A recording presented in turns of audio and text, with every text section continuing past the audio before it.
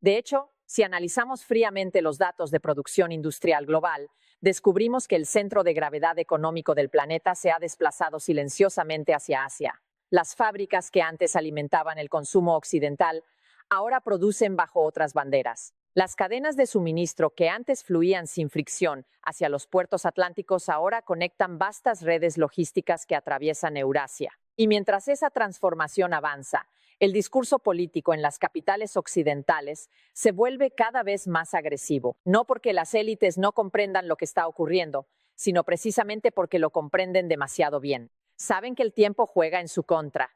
Saben que cada año que pasa consolida nuevas alianzas económicas, nuevas rutas comerciales, nuevos sistemas de pago que operan al margen de las instituciones financieras tradicionales. Saben que cada nuevo acuerdo energético firmado en monedas locales erosiona un poco más el privilegio exorbitante del dólar.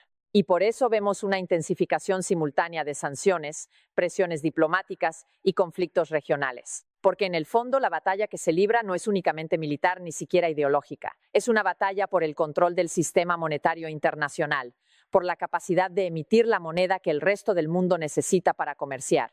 Sin embargo, incluso dentro de las propias economías occidentales comienza a surgir una pregunta incómoda que durante décadas fue cuidadosamente evitada. ¿Quién paga realmente el precio de esta lucha por la hegemonía financiera? La respuesta, cuando se examina sin filtros retóricos, es sorprendentemente clara. No son las élites financieras quienes soportan el peso de las crisis periódicas. No son los directores ejecutivos de las grandes corporaciones quienes ven evaporarse sus ahorros con la inflación.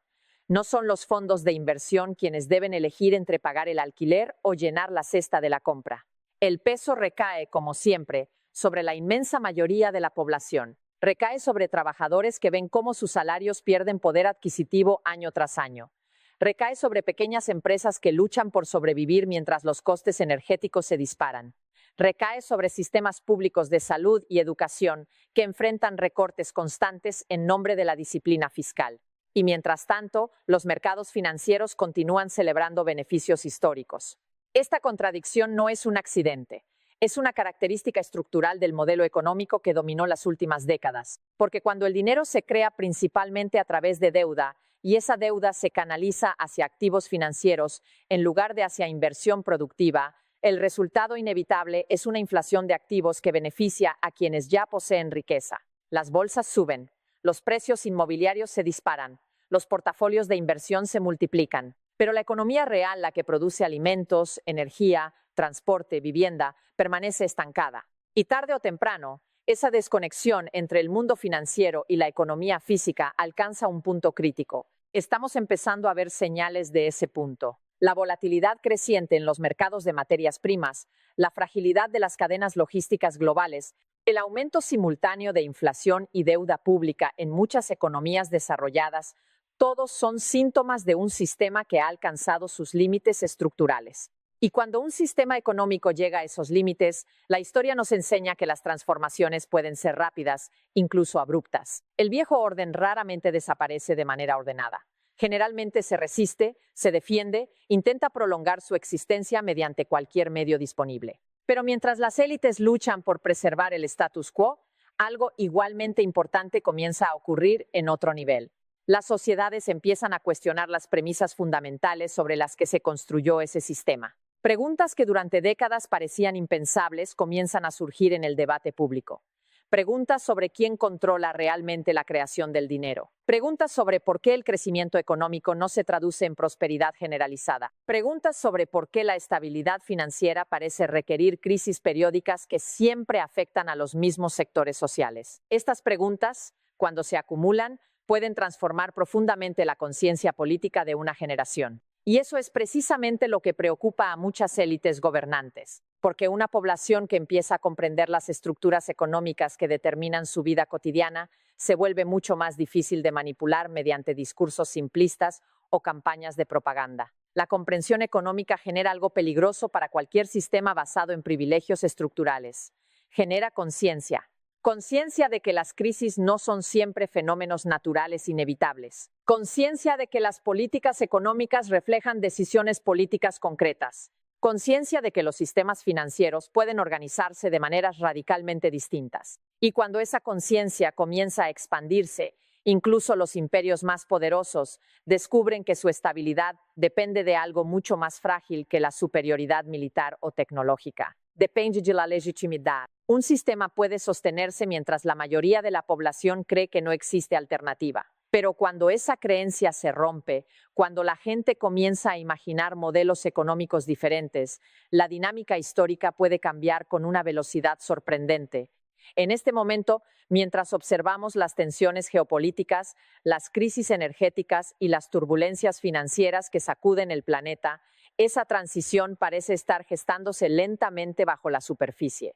No sabemos exactamente cómo se desarrollará. No sabemos qué nuevas instituciones surgirán ni qué alianzas económicas definirán el próximo capítulo de la historia global. Pero hay algo que sí parece cada vez más evidente. El mundo que emergió después de 1945, el sistema financiero que dominó la segunda mitad del siglo XX, está entrando en una fase de transformación profunda. Y como ocurre en todos los momentos de transición histórica, el desenlace dependerá en gran medida de cómo reaccionen las sociedades frente a esa transformación. Porque la historia económica no es simplemente una serie de gráficos y estadísticas. Es, en última instancia, el resultado de decisiones humanas, de conflictos sociales, de luchas políticas que determinan quién controla los recursos, quién define las reglas del comercio, quién decide el destino de la riqueza colectiva. Y mientras esas decisiones se siguen tomando en despachos lejanos, una pregunta comienza a resonar con más fuerza entre quienes observan este cambio de época. Si el viejo sistema realmente está llegando a su límite, ¿qué tipo de orden económico surgirá en su lugar? Esa es la cuestión que definirá las próximas décadas. Y la respuesta, como suele ocurrir en la historia, todavía está escribiéndose. Y poco a poco comenzó a tomar forma una tendencia que hoy preocupa profundamente a los estrategas financieros de Occidente: la aparición de un mundo multipolar. Potencias emergentes comenzaron a preguntarse si tenía sentido continuar dependiendo de un sistema monetario que podía utilizarse como herramienta de presión política. Porque en los últimos años el sistema financiero internacional se ha utilizado cada vez más como instrumento de sanciones. Países enteros han sido excluidos de redes bancarias globales. Reservas soberanas han sido congeladas. Y ese tipo de decisiones ha generado una pregunta incómoda en muchos gobiernos. ¿Qué ocurriría si un día su país también se convirtiera en objetivo de esas medidas? Esa duda ha impulsado cambios que hace apenas 2 décadas parecían impensables.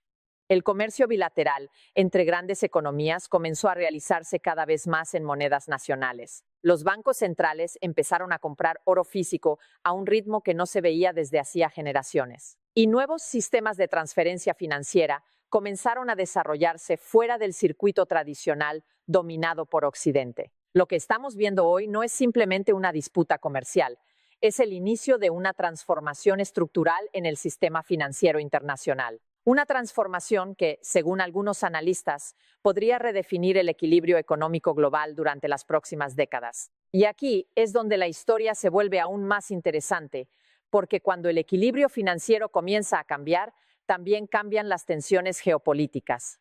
Las potencias que han dominado un sistema durante décadas rara vez aceptan pasivamente la pérdida de influencia. Y por eso, mientras los cambios monetarios avanzan lentamente en el trasfondo, el escenario internacional parece cada vez más inestable. Conflictos regionales, tensiones diplomáticas, guerras comerciales, sanciones económicas, todo esto forma parte de un tablero mucho más grande donde se está disputando algo fundamental: ¿quién controlará la arquitectura financiera del futuro? Y si esa lucha realmente está en marcha, entonces lo que estamos viendo hoy podría ser solo el principio, porque detrás de cada subida de precios, detrás de cada crisis energética, detrás de cada nueva tensión internacional, puede estar desarrollándose una batalla silenciosa por el control del dinero mundial. Pero lo más sorprendente de todo es que el verdadero impacto de esa batalla no se mide en tratados internacionales ni en reuniones diplomáticas. Se mide en algo mucho más cercano: en su salario, en su factura de electricidad y en el precio del pan que aparece cada semana en su recibo del supermercado. Y precisamente ahí es donde la historia toma un giro aún más inquietante. Porque cuando observamos lo que está ocurriendo ahora mismo con la deuda global, con los mercados energéticos y con las nuevas alianzas económicas que están surgiendo en Asia, África y América Latina, aparece una pregunta que podría cambiar completamente la forma en que entendemos la economía internacional. Una pregunta que casi nadie en los grandes medios está dispuesto a formular en voz alta. ¿Y si el sistema financiero que dominó el mundo durante los últimos 80 años estuviera entrando en su fase final? Porque si esa posibilidad es real, entonces las consecuencias para el resto del planeta podrían ser mucho más profundas de lo que imaginamos. Y en la siguiente parte vamos a analizar exactamente eso. Pero si rascan apenas un poco más bajo esa superficie pulida de informes técnicos y conferencias de prensa cuidadosamente coreografiadas, lo que aparece no es racionalidad matemática ni estabilidad institucional. Lo que emerge es algo mucho más inquietante, algo que raramente se pronuncia en voz alta frente a las cámaras, un sistema financiero global que comienza a perder el control de sus propios mecanismos, y cuando un sistema construido sobre deuda infinita pierde el control, las consecuencias no se limitan a los mercados bursátiles, se filtran directamente hasta la mesa del ciudadano común, hasta la factura de la luz, hasta el precio del pan que aparece cada mañana en el escaparate de su barrio. Porque lo que los tecnócratas llaman ajuste estructural o volatilidad de mercado tiene en realidad un significado mucho más concreto para millones de familias. Significa que cada mes trabajan más horas para comprar menos cosas. Significa que el salario real se evapora mientras las corporaciones registran beneficios récord. Y mientras esa contradicción se vuelve cada vez más visible, las élites financieras comienzan a reaccionar con un nerviosismo que ya no pueden ocultar del todo. Saben que el equilibrio precario que sostuvieron durante décadas se está resquebrajando. Y es aquí donde el relato oficial comienza a desmoronarse. Durante décadas se nos dijo que la globalización financiera era una fuerza natural, una evolución inevitable de la economía moderna. Nos repitieron que el libre flujo de capital generaría prosperidad para todos, que los mercados autorregulados distribuirían la riqueza con eficiencia casi científica. Pero ahora, cuando observamos con detenimiento las cifras reales de productividad, desigualdad y deuda global, lo que encontramos es algo radicalmente distinto. Encontramos una maquinaria gigantesca, diseñada para concentrar riqueza en la cúspide, mientras externaliza los costes hacia la base social. Esa maquinaria funcionó mientras el dólar mantuvo su posición incuestionable como columna vertebral del comercio internacional. Pero cuando ese pilar comienza a tambalearse, toda la arquitectura del poder financiero se vuelve vulnerable. Y esa vulnerabilidad es precisamente lo que explica muchas de las tensiones geopolíticas que hoy dominan los titulares. Porque si el dólar pierde su monopolio en el comercio energético, si las principales materias primas comienzan a negociarse en monedas alternativas, el mecanismo que permitió a Estados Unidos financiar déficits colosales durante décadas deja de funcionar. Y cuando ese mecanismo se rompe, el imperio financiero se enfrenta a una elección brutal: aceptar un ajuste interno doloroso o intentar imponer su hegemonía por otros medios. La historia nos muestra con crudeza cuál suele ser la respuesta de los imperios en declive. Cuando el poder económico comienza a erosionarse, la tentación de recurrir al poder militar se vuelve irresistible para las élites gobernantes. No porque sea una estrategia racional a largo plazo, sino porque permite retrasar el ajuste estructural durante algunos años más. Y ese retraso, para quienes controlan las palancas del poder financiero, puede significar miles de millones de dólares adicionales en beneficios. Pero hay un problema fundamental con esa lógica. Las guerras modernas ya no se ganan únicamente con superioridad tecnológica, se ganan con capacidad industrial, con acceso a recursos físicos, con cadenas logísticas capaces de sostener conflictos prolongados. Y en ese terreno, la ventaja que Occidente disfrutó durante gran parte del siglo XX ya no es tan clara como antes.